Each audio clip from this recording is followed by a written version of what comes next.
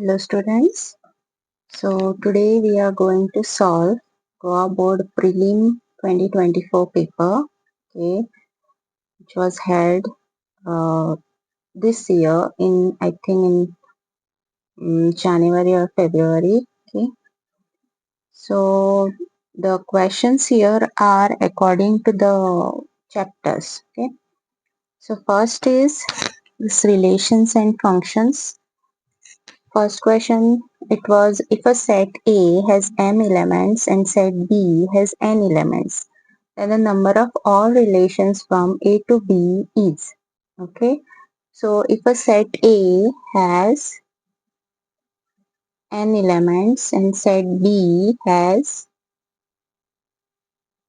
m and n elements. Okay, uh, now relation set is given by, okay, it is a subset of this set, right? Cartesian product of A cross B. So relation set is a subset of this. So all the relations, that is number of elements in A cross B is what?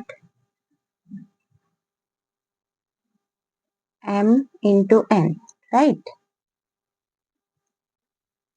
So we have to find the number of relations from A to B. So there is one, this question is actually from 11th standard. Okay, there is one note in the 11th standard textbook, that is total number of relations that can be defined from a set A to set B is the number of possible subsets of A cross B. Okay, that is Cartesian product A cross B. So number of subsets is given by the power set, right? So power set is how we write power set. If there is a set, say A, with number of elements, say P, then the power set number of elements in a power set of A, that is a set of all subsets of A, is given by 2 raised to P. So same applies here. So we'll get number of elements in subsets of this, that is set of relations, is given by 2 raised to m into n. Okay, so C is the answer. Second question is, you have to show that the function from R to R, that is from set of real numbers, defined by f of x equal to 3 minus 4x is invertible. Okay, so we have to define first f. F is already defined. Then we have to define y, that is g of y, g function, other function. Okay, R to R, f of x is given by 3 minus 4x. Okay, so suppose, let's say f of x is equal to y. Okay, so we have to write this x. So this will be y minus 3 upon minus 4 equal to x. So our x is 3 minus y upon 4. Okay, so we define another function, that is g from R to R, given by g of y, it is this 3 minus y upon 4. Okay, then we have to show that f composite g and g composite f both are identity. Okay, so let's say f composite g, so we have to operate on y. F of g of y, so put this in f.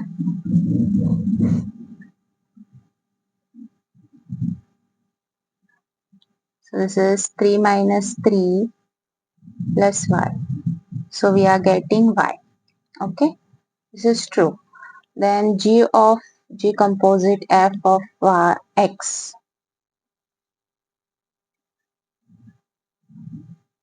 f of x is 3 minus 4x. So in place of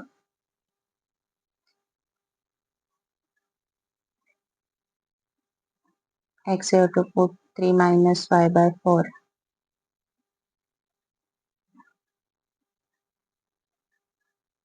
Same thing I'm writing.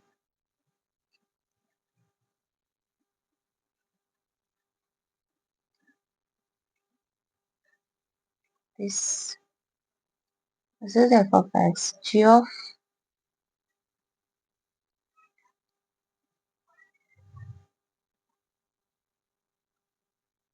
x is 3 minus 4x. So this thing you have to put here.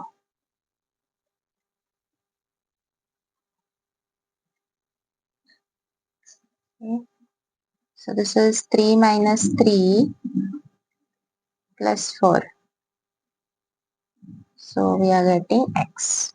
Okay. So we can write F composite G identity. Okay. So our F is invertible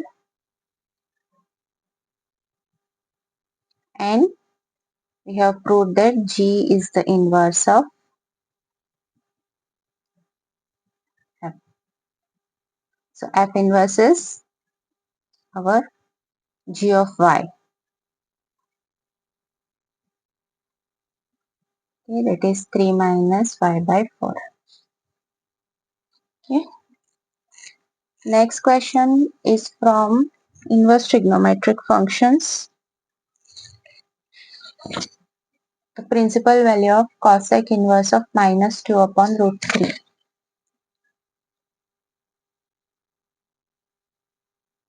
So we have to take it as theta.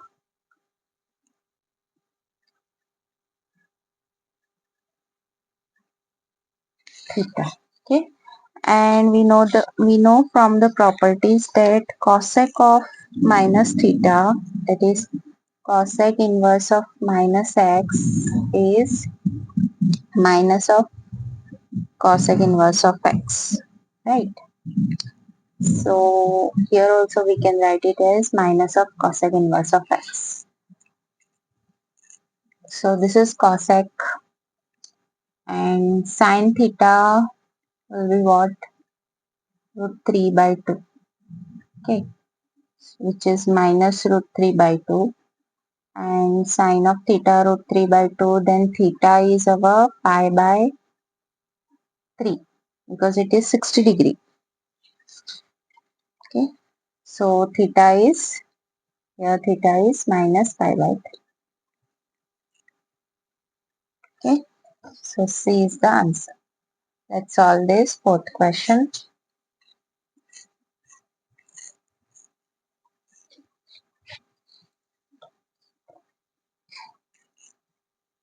Sine of pi by 3 minus sine inverse minus half. So first you have to solve this.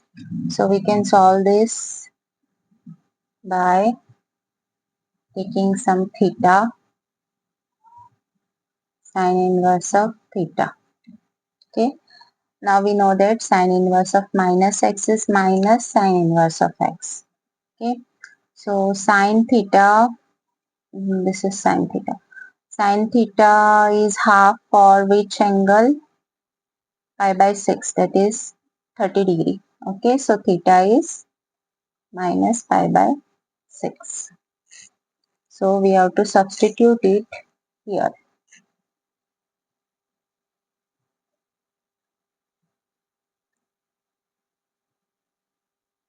So it becomes plus pi by 6. Cross multiplying, we will get, or multiplying by 2. 2 pi plus pi, 3 pi upon 6. So sine pi by 2, sine 90. 1. 1 is the answer. Okay. Fifth question. Fifth question is also from inverse trigonometric function. Here it is given in continuity. Prove that cot inverse of minus x is equal to pi minus cot inverse of x. So this is from the textbook. Okay. The proof is well written over there. So this is given for cos inverse. We have to write it for cot inverse. Cot inverse x belongs to real numbers. Okay, set of real numbers. So first you have to take proof. Let cot inverse of minus x equal to some y. Okay, so minus x is cot of y. So x is minus cot of y.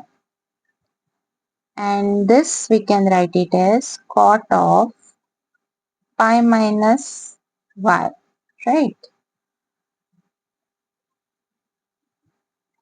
Because this falls in pi minus y, second quadrant. Okay, pi minus y. So minus cot of y. That is cot of minus y is minus cot of y, right? So here we, in place of 0, we write pi. Okay.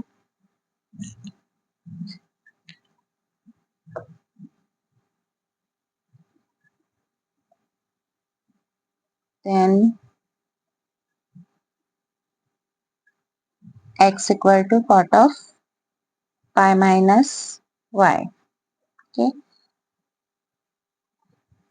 So we take this cot here. Cot inverse x equal to pi minus y. And y is what? Cot inverse of minus x.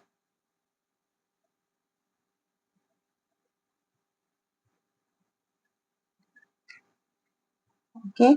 So cot inverse of x is equal to pi minus cot inverse of minus x.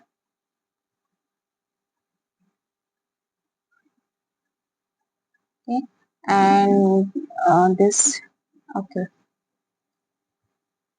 So we can write this as cot inverse of minus x equal to, from this, that is x is minus x is cot of y and x is minus cot of y. So minus x we are substituting as minus x. Minus x is cot of y.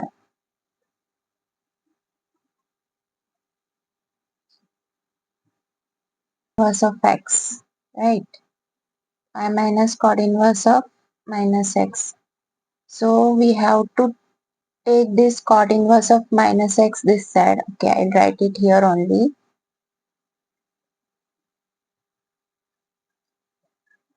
And pi I'm taking this side. So cot inverse of x minus pi. Okay. Then I'm removing this minus sign so that here minus will come and here plus. So rewriting it, I'll get cot inverse of minus x is equal to pi minus cot inverse of x. That was the confusion.